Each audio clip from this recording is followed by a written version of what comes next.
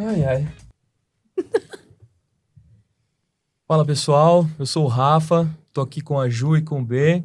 Esse é o primeiro Lex Talk que a gente começa. E a ideia desse Lex Talk é a gente trazer conteúdo, falar sobre inovação, falar um pouquinho de verdade, falar um pouquinho do que dá certo, do que dá errado nesse processo de inovação dentro do ambiente jurídico. Bom, para a gente começar, vou passar aqui para a Ju apresentar nosso convidado. Rafa, se apresente, né? Quem é o Rafa? Bom, para quem não me conhece, eu sou o Rafa, eu sou advogado de formação. Enfim, eu fiz apesar de ser advogado, não atuo já tem um tempo, né? Eu fiz uma transição de carreira em 2017, comecei a estudar inovação corporativa, acabei construindo a Lex Design, sou cofundador e passei por algumas áreas aqui na Lex, então já fui diretor de operação, já fui head de projetos e atualmente eu assumi a cadeira de CEO. É isso, vambora. Boa, Rafa. Bom, pessoal, é um prazer participar aqui do primeiro podcast da Lex Design. Eu sou a Juliana, mais conhecida como Ju. Meu nome quase que verdadeiro é Ju, ninguém me chama de Juliana. Eu sou sócia aqui da Lex, cuido da nossa área de sucesso do cliente. E estou muito feliz da gente começar essa iniciativa aqui, abrir esse espaço para conversas reais, conversas francas ali sobre o mundo da inovação, no direito. E hoje a gente tem um primeiro convidado que vai estrear aqui junto com a gente. Responsabilidade fortíssima. E vou, então, dar as boas-vindas aqui para o Bernardo Ulloa, o B, que também, assim como eu sou a Ju, ele para mim já é o B. Então, o B, ele é advogado de formação e ele é o coordenador de Legal Ops da MetLife. Isso aí. B, eu vou deixar para você se apresentar, contar um pouquinho da sua jornada, da sua trajetória. Então, a palavra é toda sua. Obrigado, pessoal. Obrigado, Rafa. Obrigado, Ju, pelo convite. É um imenso prazer e responsabilidade estar estreando Lex Talks. Eu confundi com o Let's Talks, inclusive, só um parênteses antes de me apresentar, porque a gente tem lá o Let's Talk. Olha! É uma iniciativa lá da companhia. Mas, Bernardo Ulloa, mas meu nome praticamente é B, já, assim como o seu Ju, assim como o seu Rafa, né? É isso. E eu sou advogado de formação também, acho engraçado falar isso, né? Todo mundo que tá nessa parte de legal ops, nessa parte de ciência, né?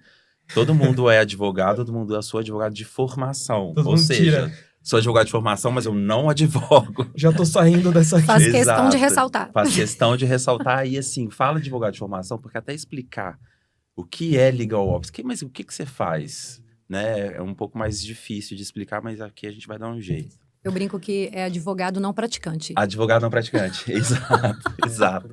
É por aí. Mas, enfim, eu sou advogado de formação, eu tenho 15 anos, 16 anos de formado, né? Sou mineiro de Belo Horizonte. Mentira! Sim. Acabei Você de também, descobrir, né? sim. No podcast eu descobri que eu tenho um conterrâneo. Sim. Sou mineiro de BH e minha vida profissional foi praticamente toda lá, né? Desde que eu formei, eu já estagiava num escritório.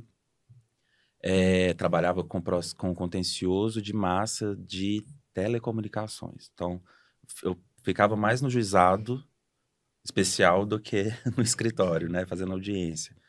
E aí, depois, eu fiz uma transição, depois que eu advoguei nesse escritório por alguns anos, fui para uma empresa que prestava uma consultoria para empresas de grande porte, eles faziam um trabalho de recuperação de depósito, né? Hoje a gente já conhece muito, mas lá atrás isso já existia.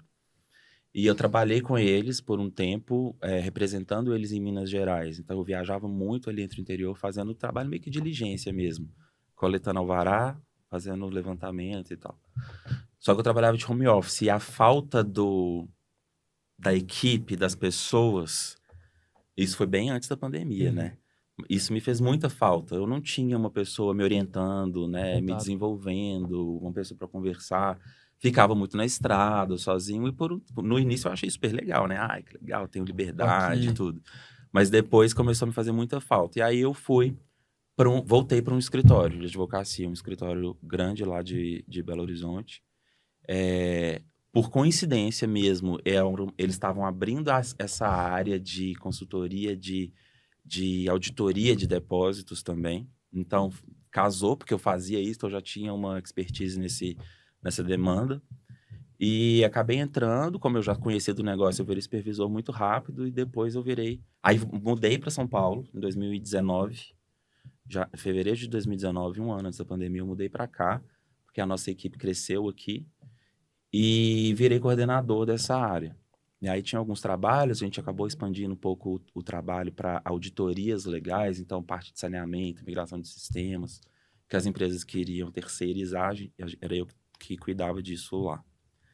E aí, depois, eu sou um pouco inquieto, sabe? Nessa parte profissional. Eu tô na cadeira, mas eu começo a ver uma coisinha ali, começa a me interessar, eu falo, aquilo ali pode ser legal, não sei o quê. Ou eu puxo ou eu vou. Uhum. E aí, eu comecei a ficar cheguei nesse ponto ali. Mas num escritório de advocacia, se eu saísse de onde eu tava, eu ia virar coordenador de contencioso, né? Ou trabalhista, mas jamais. Então, ou eu virava coordenador de contencioso, trabalhando ali nessa pegada, ou eu ia ter que sair. E eu tinha uma vontade de trabalhar em empresa. Acho que quando eu fiz direito, a minha vontade era essa. E aí eu comecei a desbravar. Eu fui participar dos congressos aí que tinha de Legal Ops, oficina, conheci uma galera e tal, e comecei a gostar muito. E aí apareceu essa vaga lá na MetLife. Eu apliquei e entrei. Tá. E a ideia era essa, né? De estruturar a área de Legal Ops, de eficiência. E entrei lá tem 2 anos, tem 1 ano e meio, na verdade. E comecei a esse desafio de estruturar a área, né? Uma empresa com jurídico que não tinha essa área, não estava começando a ter essa percepção, essa ideia. E aí eles entenderam que precisava de alguém focado nisso. E aí eu entrei para estruturar e a gente está estruturando ainda. E o que fez você... Qual foi o gatilho, assim, você que falou, cara, Legal Ops é para lá que eu vou? Uhum. Primeiro ponto, eu acho que é o fato de eu não ter tido muita...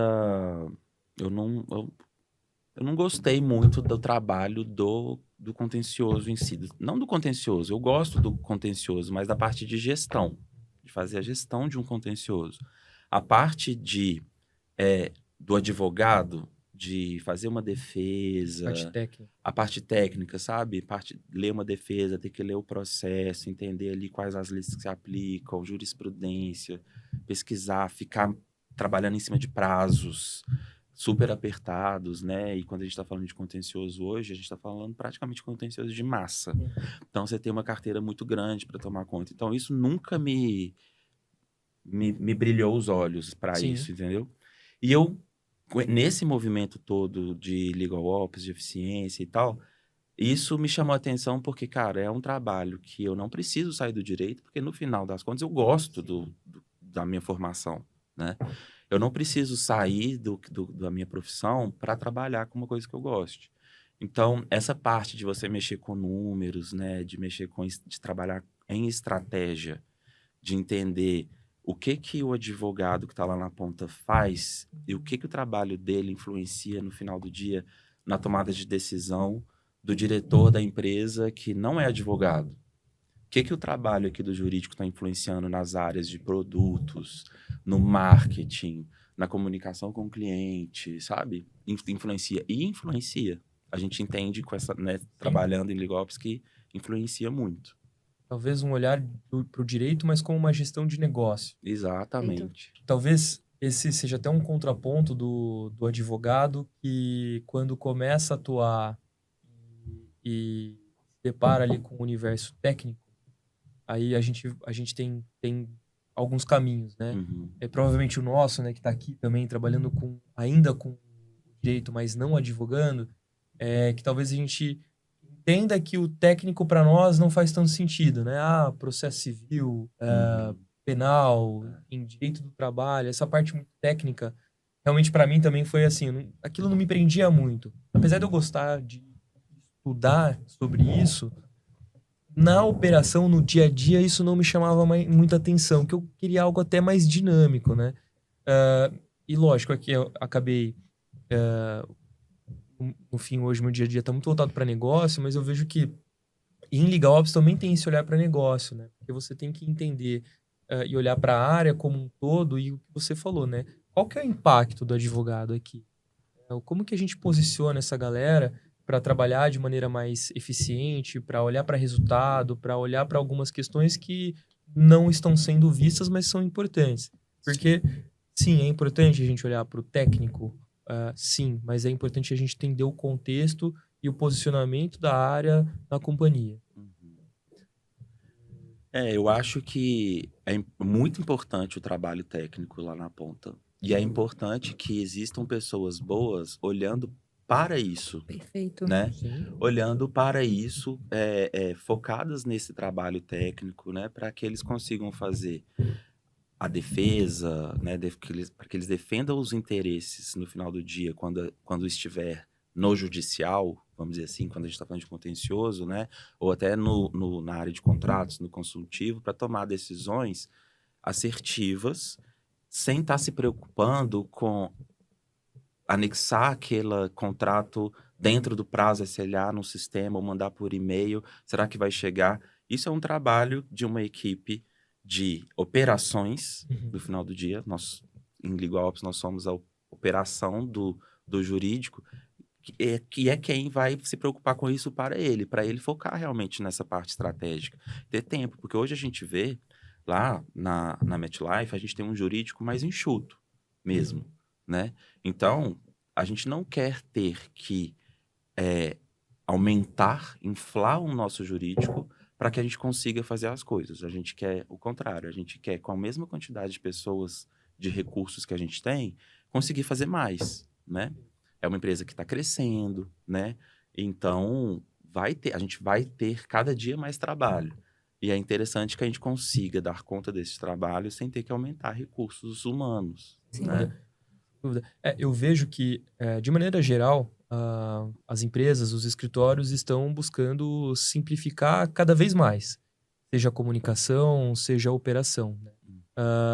Dito isso, faz muito sentido a gente começar a pensar dentro do departamento jurídico, como é que, justamente esse ponto, como é que a gente consegue ter um time pequeno, mas que dá conta de uma demanda alta? Como é que a gente consegue simplificar mais a nossa operação para ser cada vez mais eficiente? Então, hoje você tem um desafio, né, de uma área nova, de uma empresa grande, com um time pequeno. E aí, Ber, eu queria entender do seu lado hoje, quais são os desafios que estão na sua pauta? O que você está conseguindo estruturar e desenhar na empresa que tu tá? Cara, quando você entra... Uma coisa é você assumir uma área de Legal Ops quando ela já existe, né? Porque se ela já existe, entende-se que as pessoas ali já estão rodando Habituadas. nesse ecossistema pensando na eficiência, no jeito novo de fazer, numa operação fluida. Agora, quando não existe, você precisa mostrar para essas pessoas que já estão lá que que o Legal Ops vai ajudá-las a fazer um trabalho da melhor forma possível, trazendo eficiência para elas e ajudando elas, né, como um parceiro do trabalho para que elas consigam fazer o trabalho delas de uma forma melhor. Na verdade, não é nem fazer o trabalho delas de uma forma melhor, mas é conseguir ter mais tranquilidade para fazer. Porque eu acho que no final do dia também a gente está falando de pessoas, né? E o Legal Ops, para além de trabalhar ali, vou trazer uma ferramenta que vai te ajudar a fazer mais rápido, vai te ajudar a controlar os seus números e tal. A gente chega para também cuidar da pessoa que está ali com 1 milhão de coisas para fazer, coisas que talvez ela nem queria estar fazendo. Ela fala, não formei para fazer isso.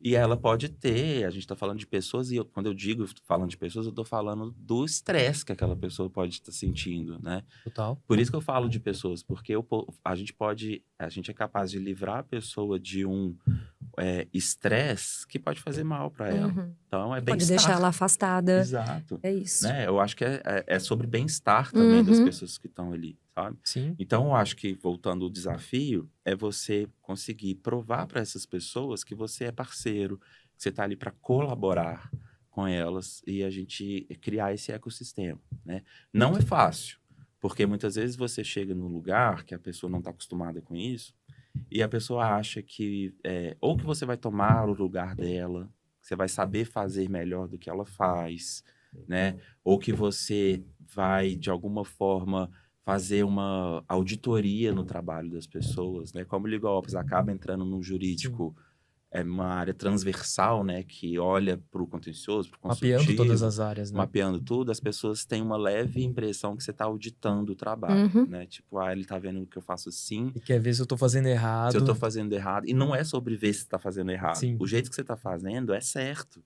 Mas existem outros jeitos certos de fazer De otimizar. que vai te ajudar, que vai otimizar, que vai ajudar você, que vai ajudar a sua equipe, vai ajudar a todos nós enquanto jurídico e a companhia inteira, porque vai ter, no final do dia, economia de dinheiro. Eventualmente, a gente pode trazer dinheiro para a companhia também, né? Então, o desafio, eu acho que o maior desafio na estruturação de uma área de golpes, para mim, eu acho que é esse, é você convencer as pessoas de que você é parceiro, né? E não inimigo. E cultura, né? Exatamente. Tem muito a ver com cultura isso que a gente tá falando, Sim. né? Eu ia entrar exatamente nesse ponto de cultura, porque quando você traz, né, a chegada de uma área nova, me veio exatamente esse ponto. O quão é importante uma maturidade cultural, ou não, para que a área de Legal Ops, ela venha realmente com esse viés de ser parceiro do jurídico como um todo. É uma área integrante também do jurídico como um todo.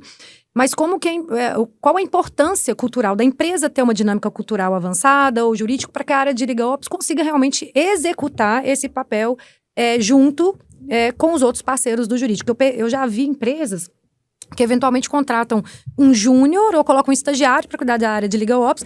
Cara, isso não vai dar certo. Então, eu queria te ouvir também a importância de uma maturidade cultural, tanto dos outros profissionais do jurídico, quanto da liderança da empresa, para que essa área ganhe esse cenário. Eu acho que essa parte da cultura é extremamente importante, porque se não tiver um engajamento, uma mentalidade, a coisa não vai para frente. Nada anda, né? Pra frente. Então, assim, a cultura é muito importante e quando você chega para estruturar, você tem que estar com essa cabeça muito aberta de que você vai ter resistência, né? Então não adianta chegar brigando, botando na banca e falar agora é assim, vamos fazer assim. Vou mudar e pronto. Vou mudar tudo, aceite. Não, é devagar, é trabalhando junto, chamando as pessoas para a mesa, falar, olha, o que você acha disso? Eu estava pensando dessa forma e tal, para que as pessoas se sintam parte da mudança, né? E eu acho que um papel importantíssimo nisso é realmente da liderança, da alta liderança, né?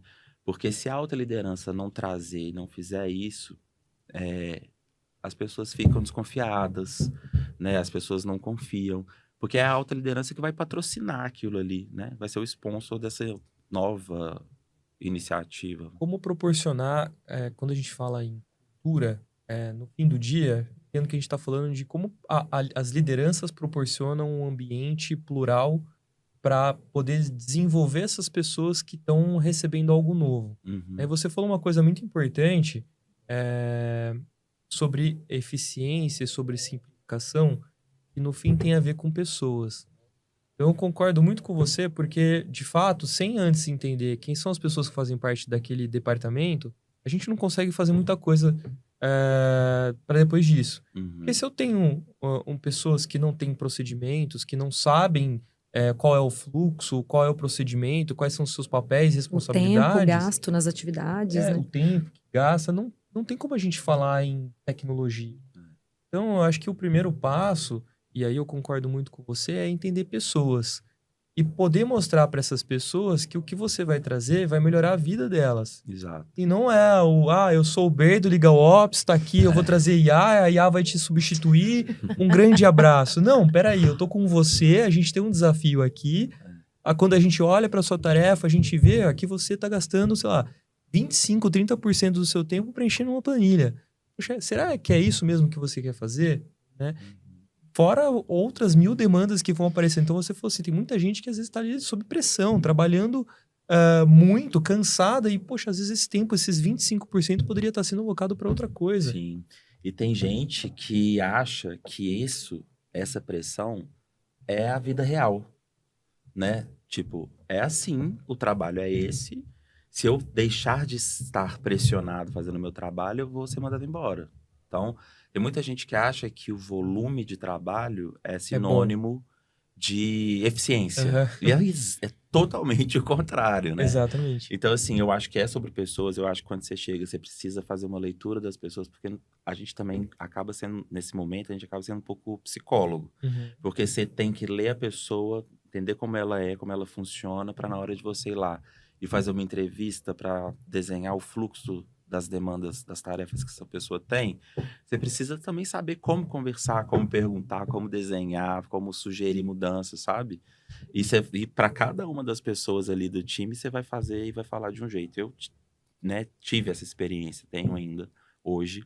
E realmente é interessante como você vai entendendo o jeito, né, das pessoas ali de trabalharem. Perfeito.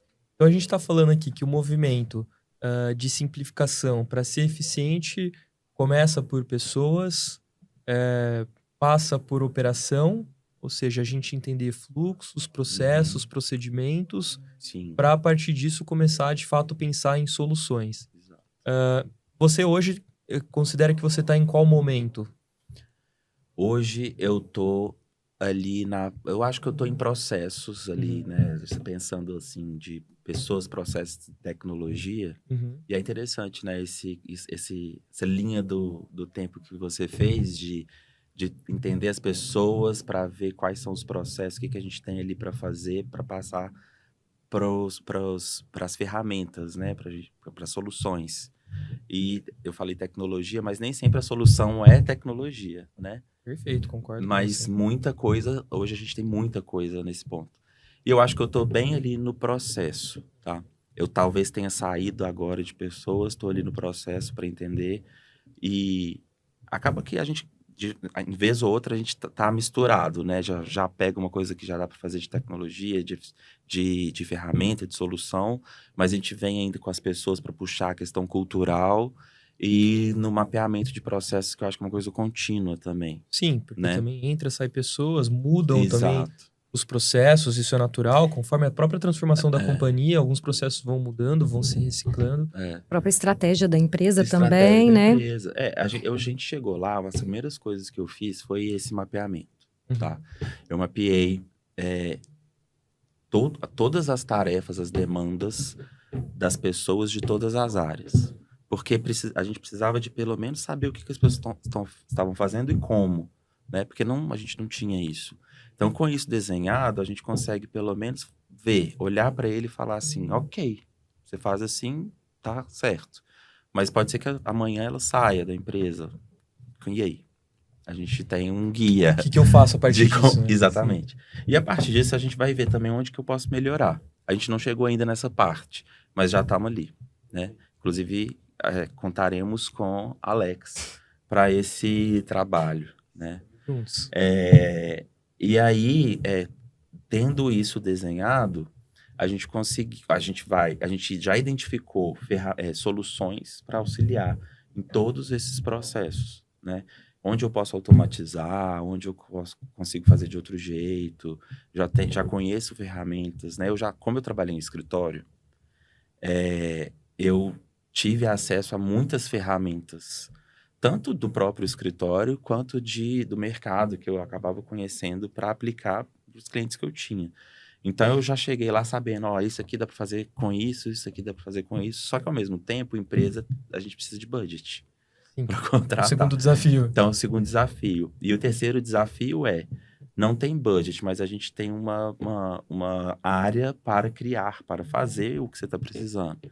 Só que a gente sabe que a gente é jurídico. E quando a gente está no escritório, a gente é a prioridade. Mas quando a gente é jurídico de empresa, talvez a gente não seja a prioridade. Então, é um trabalho de legal ops também, de convencer a companhia de que aquela solução que você precisa para o jurídico vai agregar valor para todo mundo. E não só para o jurídico, sabe? E aí tem um ponto interessante da gente entender melhor como é que você está fazendo, porque, assim, de fato, né, budget é um grande problema para todo mundo, né? É escasso, né? Uhum. E aí, como fazer? Então, que tipo de argumento você tem utilizado para conseguir alocar recurso para você investir na sua área? Como que você tá levando isso para as lideranças? Então, a gente chega no ponto do dado, né? Perfeito. Porque se você não conseguir mostrar para a liderança que a mudança que você quer fazer vai trazer um resultado X positivo, não vai fazer sentido ela gastar tempo e um esforço para conseguir aquele budget para você, né? Então você precisa mostrar. Hoje a gente faz assim, números mesmo, sabe? Até questão de tempo, porque tempo é dinheiro, né? Total. Então essa pessoa hoje ela faz esse processo e ela gasta tanto tempo para fazer isso aqui. Se a gente contratar, ou se a gente desenvolver, se a gente, sei lá, fazer qualquer coisa que vai precisar de dinheiro aqui nesse ponto, essa pessoa vai diminuir o tempo dela pela metade, né? E mostrar isso. É dessa forma que a gente consegue ter o investimento da empresa, né? Só que se eu chegar lá, tudo bem, eu tô pensando que essa pessoa, se ela não fizer assim, se ela fizer desse jeito, ela vai fazer menos tempo. Ah, legal. Quanto tempo que ela demora hoje? Ah, não sei, tem que medir. Já Tá era. bom, beleza, mas Falta 5 passos. ela vai fazer, se fazer isso, vai diminuir quantos %? Também não sei, a gente tem que testar. Então, assim, é um achismo, Então você né? vai saber primeiro, Vai depois você saber volta primeiro. aqui. Exatamente. Mas por isso é importante a gente começar, pelo que o Ber falou, que o primeiro passo, pessoas, mas o segundo passo, operações. E aí, quando a gente for mapear operações, também conseguir medir como que é o cenário atual. Então, quanto tempo hoje meu time gasta para analisar uma minuta de contrato? É isso. Qual é o meu SLA hoje, por exemplo, da assinatura de um contrato? Então, é importante a gente ter esse raio-x da área, porque o raio-x ele vai objetivar a situação atual com base em dados. Então, é isso. É diferente eu chegar e pedir investimento e falar, o fulano tá cansado. Para dizer, 67% do meu time tá parado olhando para a planilha. A gente precisa ser menos operacional, mais estratégico. O argumento é diferente. E aí, quando você traz a solução, você volta para aquele dado inicial, onde você tinha ali 67% do tempo alocado para uma atividade operacional, para você falar, olha, desses 67% do tempo, eu tô dando um exemplo aqui, né? Agora meu time tá 80% estratégico. Exato. Eu consegui economizar 40, 50 horas. E, lógico, quando a gente fala em tempo é dinheiro também, né? Porque, assim, se eu tenho advogados parados para fazer atividade operacional, eu tô perdendo dinheiro. Perfeito. Às vezes eu tenho soluções que, às vezes... E esse segundo ponto é importante, eu quero falar com você também, porque a gente entende contexto, mapeia pessoas, entende operação, identifica gargalos, aí a gente vai para a solução, né? E aí eu vejo que quando a gente fala em solução, a gente entra muito na tecnologia, né? Tem muita a galera tá olhando, mirando já IA, né? A IA é a bola da vez, né? Então, já entendi, eu quero direto para IA. Mas assim, quando a gente fala de solução, Ber, na sua opinião, você considera qual é o primeiro passo quando a gente vai para a solução? Você acha que já vão para IA ou você prefere testar coisas mais simples? Eu prefiro testar coisas mais simples, tá? E aí, por quê? Porque a gente tem essa questão do investimento, né? Muitas vezes o investimento... tem muita coisa muito legal aí no mercado que o investimento não é alto, mas muita coisa é um investimento alto, né? Então, a gente tem essa questão de ter que investir, de precisar do budget para poder contratar, implementar. Então, eu sempre olho primeiro para a parte, se há alguma forma de fazer diferente que já vai trazer resultado. Porque isso também é uma forma de você conseguir convencer sua liderança do investimento lá na frente. Então, olha, eu fiz isso aqui, mudando o jeito de fazer, alterando daqui para cá, e consegui economia de tempo, de dinheiro, seja o que for. E aí, com isso aqui, eu entendo que se eu aplicar essa tecnologia X, a gente vai conseguir triplicar essa economia, essa eficiência. Já é uma forma de você conseguir isso, Sim. sabe? Mas eu olho primeiro para isso, para o desenho que eu fiz e vejo novas formas de fazer, testando. E vou para a tecnologia também. Vou para o mercado, vejo o que tem, o que as pessoas estão fazendo, né? O nosso ecossistema de operações, né? De Legal Ops é muito legal porque as pessoas são unidas, as pessoas compartilham, né? Então, a gente consegue fazer muito benchmark, conversar com as pessoas e entender o que elas estão fazendo com aquele problema. E a gente vai aplicando, né? Então, vou para a tecnologia, questão da IA. A IA, eu confesso que, assim, eu ainda não consegui aplicar a IA efetivamente. Eu uso muito a IA No dia a dia. no meu dia a dia, mas eu não uso a IA ainda como uma forma de... Melhoria de processo, né? Melhoria de processo, eu uso ali no meu dia a dia, tipo, no Outlook, para os meus e-mails, resumo de documento, ver o que é mais destaque ali. Mas para essa parte de eficiência mesmo, eu ainda não consegui.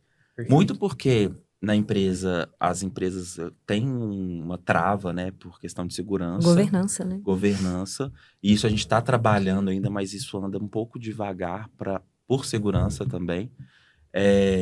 Mas eu acho que o futuro, a IA vai nos ajudar bastante nesse sentido, sabe? Ótimo. Eu vou voltar para esse ponto da questão de recurso, de budget, de pessoas. Vou pular a parte de IA, porque eu entendo que você está no mesmo cenário que muitas pessoas que a gente conversa. Então, eu brinco muito que ainda tudo é muito fumaça. E acredito que vai auxiliar, mas por enquanto a gente não tem nada palpável. Mas quero voltar para o ponto de tecnologia, de como eu entendo processos.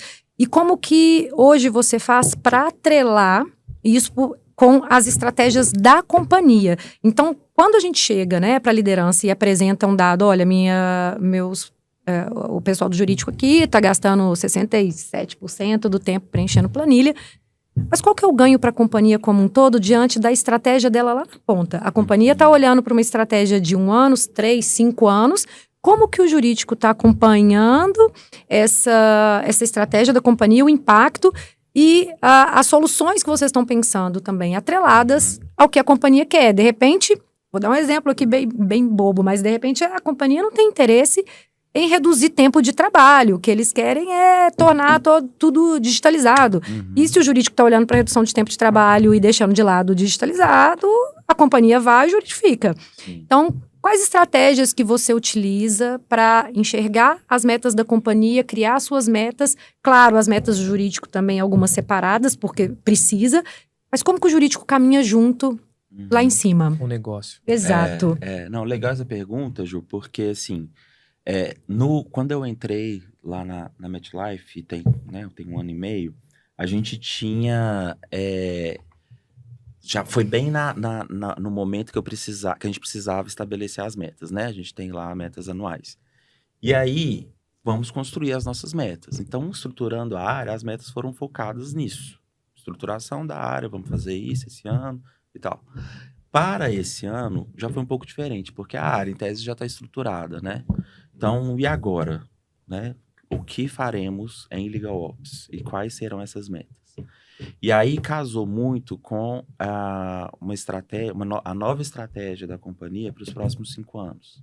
Então, a gente fez um trabalho, inclusive com a Alex, né? Foi o primeiro trabalho que a gente fez com vocês, de pegar a estratégia global, e aí é isso, né? Pegar a estratégia global e ir cascateando até chegar no advogado, no estagiário ali. Né? Então, a gente pegou a estratégia, entendeu o que é, e fomos cascateando para entender o que eu posso construir de meta que, atingindo, ela vai impactar lá em cima, no negócio, na ponta, no jurídico Brasil, no jurídico regional, no jurídico global, que vai influenciar na companhia regional, Latam e global, sabe? E a gente conseguiu construir isso muito bem desenhado, né? A gente fez um trabalho com todo mundo, de entender primeiro a estratégia geral, para entender o que eu posso fazer para linkar. E fizemos o link, ou seja, hoje a gente construiu um mapa estratégico, né? Então, hoje, se qualquer pessoa da equipe que abre o mapa, ela consegue enxergar o que ela está fazendo aqui no dia a dia dela, como que isso influencia lá em cima, Perfeito. visualmente.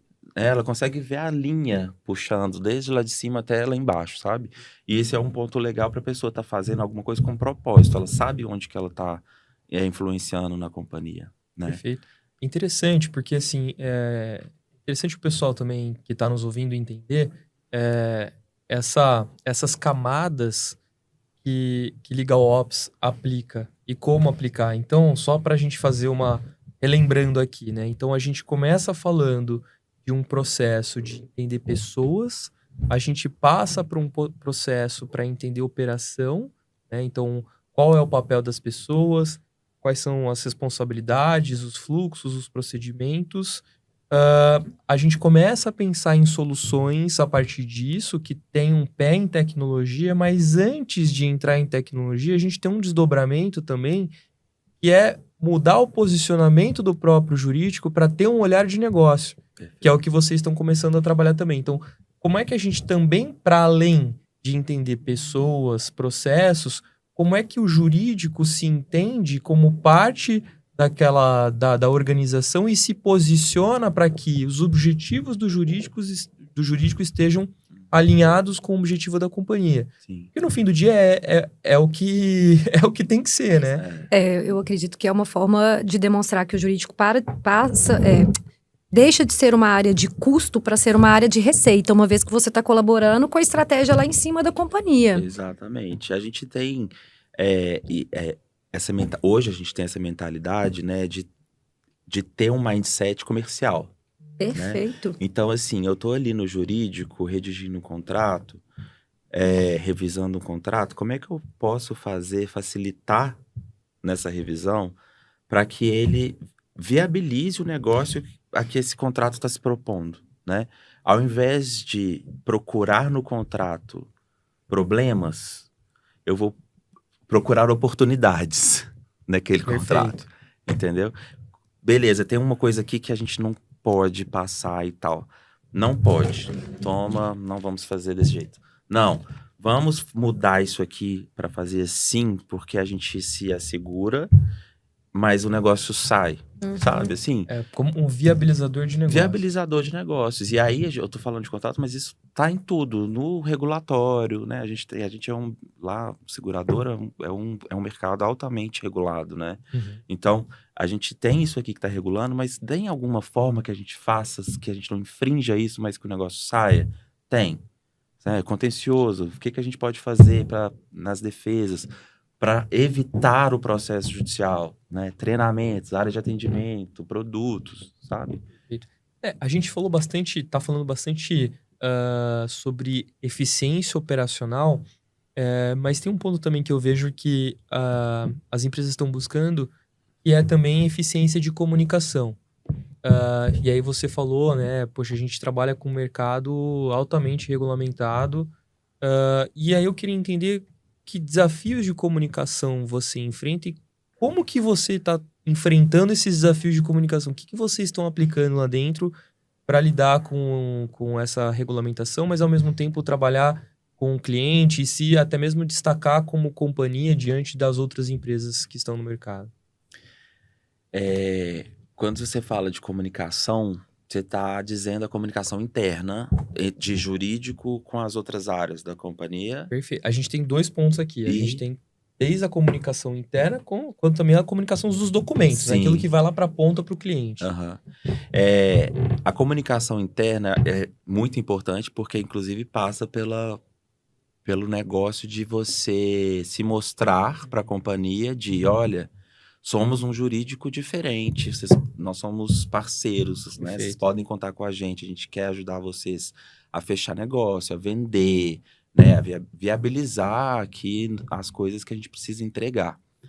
E externamente, né, para os nossos clientes, a gente tem um time focado na comunicação, E aí não é no jurídico, né? Então a gente tem um time de marketing, de comunicação interna que é bem parceiro também e trabalha muito junto ali com a gente. E a gente tenta ao máximo facilitar essa comunicação, sabe? A gente já criou alguns materiais de comunicação que fossem mais visuais, que fossem mais inteligíveis para o mercado, que não fosse o mercado jurídico, né? Perfeito. Então, a gente tem um trabalho de reduzir juridiquês, né? A gente tem um trabalho de, internamente, até fora do jurídico, tá? Muitas vezes, um cliente entra em contato fazendo uma reclamação, né? E não só onde eu estou hoje, mas em todas as empresas que eu já trabalhei. Clientes entram em contato reclamando de alguma coisa e o atendimento ali na ponta não sabe responder. Ele precisa de um subsídio da área operacional, da área técnica. E a área técnica responde de forma técnica. E aí chega lá na ponta para o cliente, nem o atendente que vai passar a mensagem entendeu, e muito menos o cliente. Aí o cliente pode perguntar, mas o que isso significa? A pessoa do telemarketing lá não sabe. Então, assim, passa por um trabalho de cultura também, de falar assim, vamos ser menos... Vamos usar menos técnica, usar menos tecnês, porque também aí a gente já chega num nível que não é nem juridiquês mais, é tecnês, porque é a companhia inteira. E isso é uma cultura, né, para todo mundo entender. Então, eu acho que a gente precisa, sim, dessa parte de viabilizar a comunicação para que as coisas fiquem mais fáceis, para que não haja fricção ali na comunicação, sabe? E o que eu faço hoje é tentar, na minha comunicação, até pessoal mesmo no dia a dia, ser mais tranquilo, assim, na fala, mais empático. Eu sou assim, né, assim, na minha vida. E eu levo isso lá pra dentro, entendeu? Tipo, eu vou trabalhar desse jeito. Perfeito. Né? Eu não vou trabalhar de terno, porque o tal do terno, a pessoa já fica assim, né? Então, ter essa transparência, ter essa amigabilidade com as pessoas, nos documentos de comunicação, em tudo. E tem engraçado que, no final, a comunicação, lógico que olhando nas operações das empresas, a gente acaba focando muito no documento, né?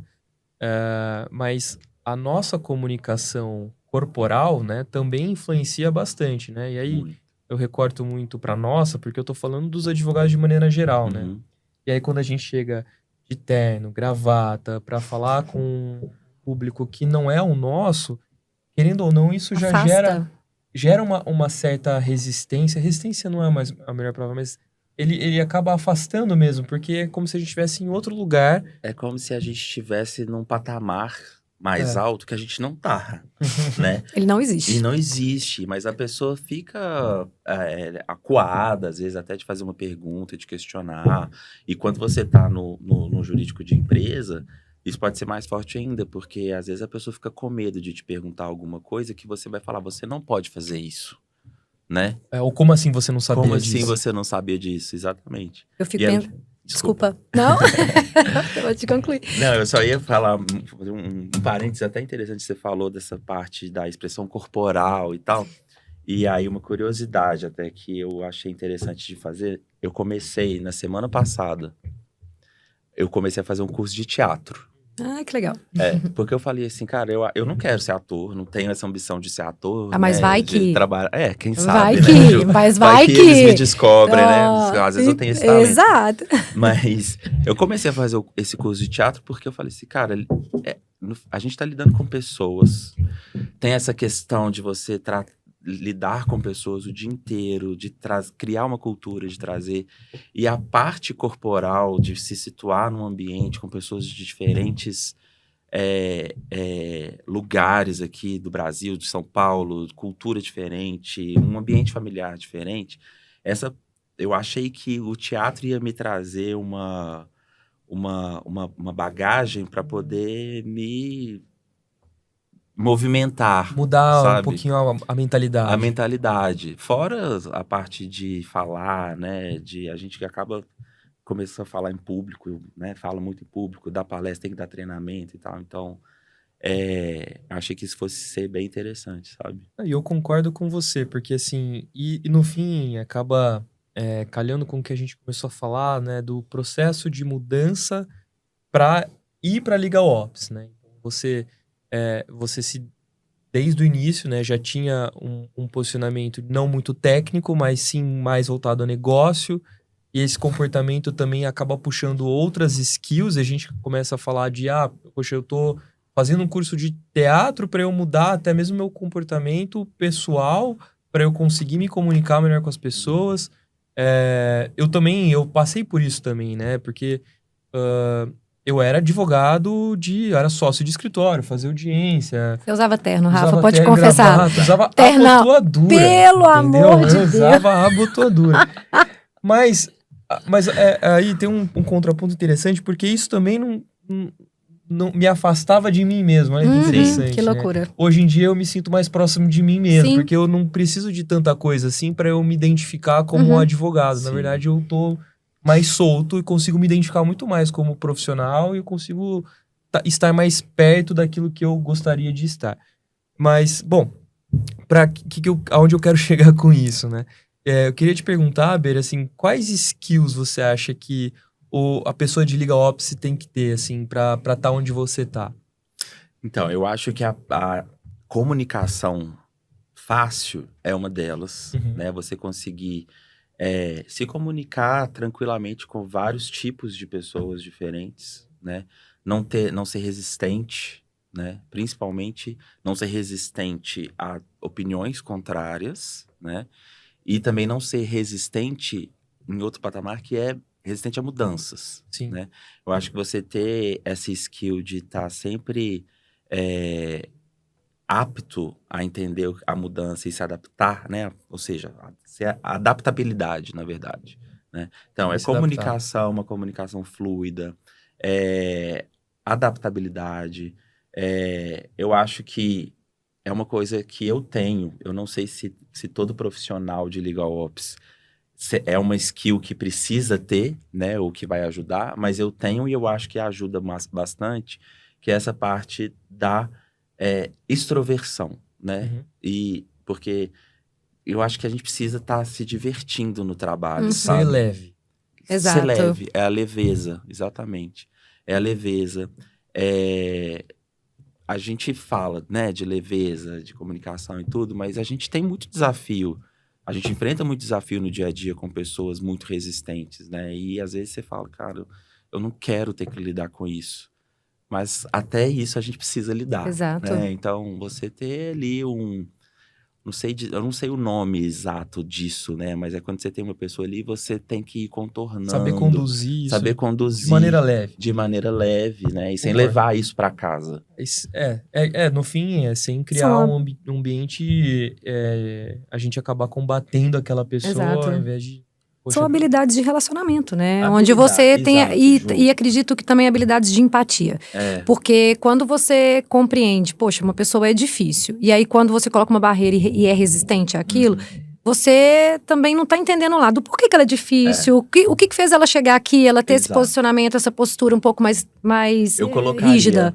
Eu colocaria, assim, a empatia nesse rol de soft skills, porque é muito importante é aquilo que eu falei, né? De você entender quem que é seu interlocutor. Beleza, a pessoa tá sendo muito resistente, tá tendo muito problema com ela, para ela fazer ela entender aquilo ali. Mas por quê? Exato. Né? Ela tá com medo de perder o lugar, ela tem algum problema pessoal, externo, sabe? Então, eu acho que eu faço muito esse exercício de entender a pessoa e acho que é uma característica, né? Uma skill bem importante para quem faz. E faz muito sentido, porque se a gente tá falando de uma área que é transversal, né? Preciso ser empático para eu poder entender as pessoas e as áreas, para eu poder orquestrar essas mudanças que são necessárias, né? Então, a empatia, de fato, faz muito sentido, né? Não, a empatia faz muito sentido e é uma outra questão de Legal Ops que ajuda muito no próprio trabalho nosso, que é você conhecer diversos parâmetros ali. Estou falando agora de diversidade mesmo, de pessoas, né? Pessoas diferentes que vão trazer visões diferentes. E isso é muito bom para o nosso trabalho, porque às vezes você tem um repertório, né? você precisa ter repertório para pensar diferente em situações diferentes, né? Então, até o teatro mesmo é uma coisa. Eu gosto muito de fazer coisas diferentes da minha vida profissional para eu criar repertório e eu começar a pensar bagagem. diferente, né? A criatividade. Criatividade é uma skill, uma skill que eu colocaria. Legal. Só que para você ter criatividade, você precisa treinar e precisa ver outras coisas Exato. diferentes. Referências. Referências, quebrar o alguns repertório. paradigmas, né? Exato. Porque eu acho que o pressuposto da criatividade é a gente deixar de ser preciosista em determinadas questões. A gente se permitir errar. Se permitir errar, com certeza. Beber de outras fontes também, né? O teatro, embora você olhe para ele, como você está fazendo, voltado para um perfil comportamental, habilidades ali com as pessoas, eventualmente você vai ter uma ideia ou vai perceber alguma coisa no teatro que você consegue aplicar nos seus processos internos. Isso pode acontecer. Então, acho que beber de várias fontes é o que fortalece essas skills aí, que às vezes a gente acha que a gente não tem habilidade, mas tá lá dentro. Sim, e aí a gente falou de skill, e eu queria perguntar de time. Hoje você tem time, como que você está formando esse time? Que tipo de pessoas você ou trouxe ou está pensando em trazer para compor também o seu time de Legal Ops, né? Porque eu entendo que para além, né, de quem coordena, tá na ponta, tem essas skills, mas e a galera que faz parte desse time que vai puxar isso contigo?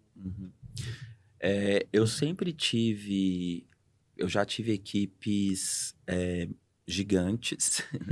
Eu já fui coordenador de uma área que chegou a ter 30 pessoas, pouco mais de 30 pessoas. Assim. Muita gente. Hoje, a área de Legal Ops que eu coordeno tem 6 pessoas. 5. 6 comigo. Tá. Né? São advogados? Eu tenho um advogado, tenho 2 assistentes e 2 estagiários. Tá. Né?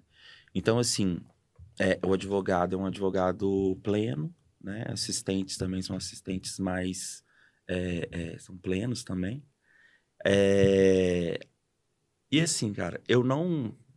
É o que eu falo até com eles, assim, eu não tô muito ligado ao seu cargo, né? À sua senioridade. No final do dia, tem a questão da senioridade. Você sabe para quem você vai passar determinado tipo de demanda com base na experiência dela. Mas eu não fico muito preso nessa questão de cargo e tal, porque eu sei que, estruturando a área, e todas as pessoas que estão na minha equipe hoje já eram do jurídico antes. Então você tem basicamente advogados ali, ou não? Eu tenho um advogado. Um advogado. Os outros são assistentes que já eram vieram do jurídico, mas não são advogados. Mas não são advogados. Tá. E eu tive esse desafio, na parte da estruturação, eu tive o desafio também de mostrar para essas pessoas o que era Legal Ops, da qual agora elas fazem parte, né? Legal. Então, passei por esse momento também de falar, olha, Legal Ops é isso, assim, né? No meu entendimento também, né? Porque eu não sou o pai do Legal Ops. Imagina. Mas assim, eu falei, olha, eu entendo que Legal Ops é isso. Né? Vamos criar esses pilares, vamos construir a partir daqui. Então, é um time, se for pensar em Legal Ops, é um time júnior, tá? Mas é um time júnior que tá caminhando junto comigo na estruturação. Então, eles estão criando junto comigo. E olhando para esses pilares que você está desenvolvendo também. Exatamente. Porque, assim, a gente tá falando de Legal Ops e falando, né, poxa, eu não sou o pai do Legal Ops, né? Quando a gente tá falando de situações de inovação, né, que estão surgindo, né? Então, a gente fala sobre legal design, sobre design thinking, sobre criação de novas áreas, né? Legal Ops, por exemplo, é uma área que vem surgindo. Eu vejo que, assim, não tem uma receita de bolo. Não. Acho que a receita de bolo é aquela receita que faz sentido para tua área, para o teu contexto, para as tuas pessoas, né? Então, sim. E o legal que a gente está trazendo aqui hoje com a história do Ber é justamente o caminho que ele está percorrendo, os desafios que ele está enfrentando, as soluções que ele está buscando, trazer isso para vocês para que um pouco da bagagem dele possa ser aplicado para você no seu desafio, na sua área, e você que também está buscando seja estudar Legal Ops ou seja estruturar essa área de Legal Ops. Porque eu concordo com isso, não tem que ter não tem um caminho das pedras, né? Não tem, quer dizer, não tem uma receita de bolo. Não tem que ter, a gente tem que criar isso juntos. Até porque isso está começando agora. Antes de pausar, a gente tem mais 5 minutos, né? Eu queria fazer alguma provocação aqui. Como a gente vai produzir esse material para Alex, alguma coisa do B trazer pra gente como é que é ser cliente da Alex Design, sabe? Então, posso introduzir essa pergunta desse jeitinho, assim? Eu vou perguntar, assim, desse jeito. Eu sou da área de sucesso do cliente, então, para mim é super relevante entender também a visão dos clientes da Alex Design. Então, eu queria saber de você, B, como é ser cliente da Alex Design? Cara, eu acho que eu falei muito aqui de mim, né? Acho que eu mostrei muito aqui Essa como era que a intenção. Sou, meu jeito de ser e tal.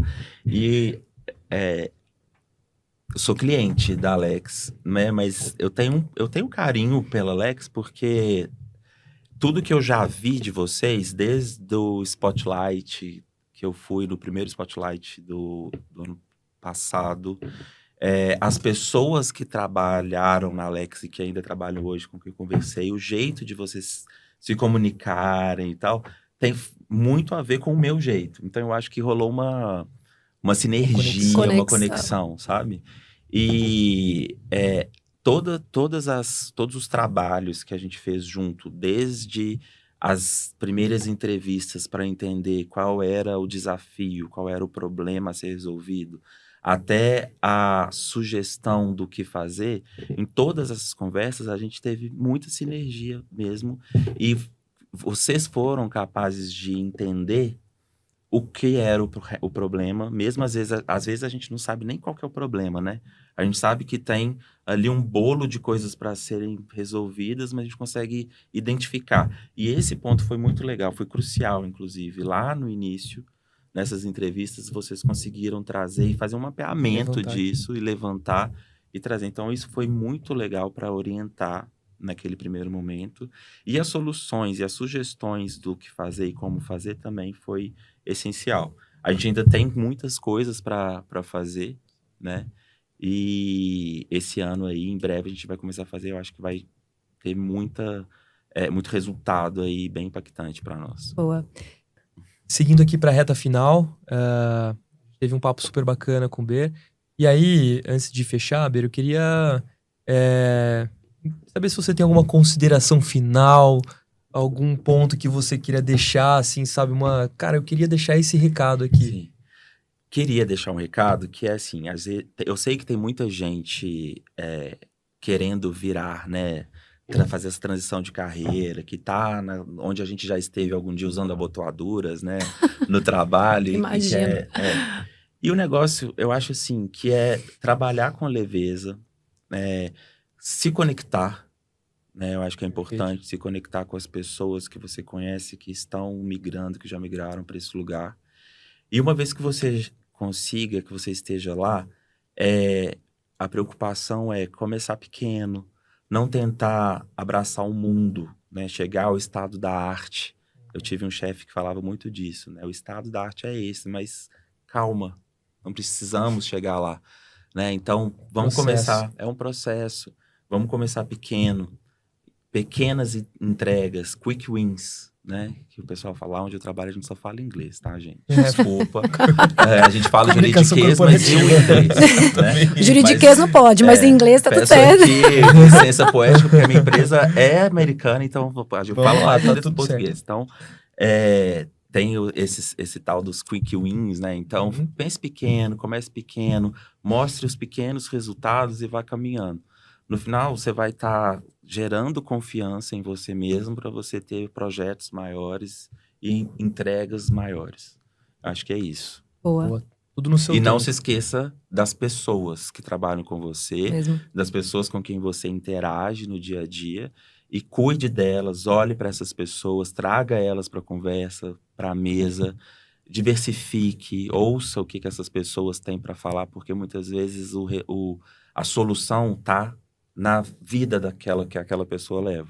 Perfeito. É isso, boa. Eu gosto, pra mim, eu levo um aprendizado pra vida, assim, que eu aprendi estudando Design Thinking.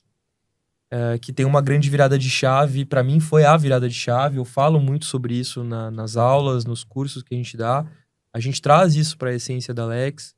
E que eu acho que se conecta muito com o que você tá falando, né? Que é a gente deixar de empurrar a solução para as pessoas para começar a fazer com as pessoas soluções que elas precisam. Eu acho que assim, no fim do dia, a gente consegue agregar mais de deixar de ser aquele advogado chato que fica empurrando solução ou que quer, pensando num líder, né? Que quer simplesmente ser top-down e falar, tem que fazer isso, a gente tem que ser perfeito, a gente não erra. Não, peraí. A gente vive num outro momento, né?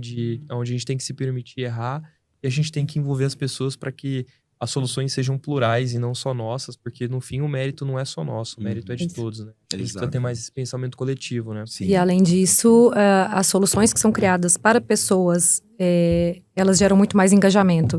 Elas viram uma força que realmente faz com que as pessoas elas fiquem dispostas a agir com você para alcançar aquele resultado. Então não adianta nada você colocar algo ali imposto, porque aquilo cria uma antipatia das pessoas, e quando você consegue trazer elas junto e construir junto, a chance disso dar certo é muito maior. Bom, eu vou puxar um encerramento. Boa, vamos lá. Quero agradecer, B, por você ter vindo aqui para o nosso primeiro podcast da Alex, o Lex Talks. Foi muito legal conversar com você. Obrigada pelo seu tempo, pela sua disposição.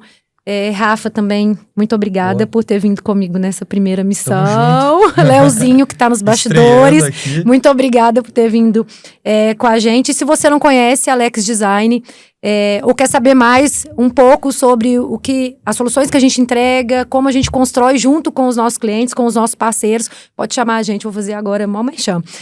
Segue a gente nas redes sociais, chame o nosso time, vamos conversar, a gente tem muito que construir juntos, beleza? Obrigada, gente. Beijo pra vocês. Boa. É isso aí.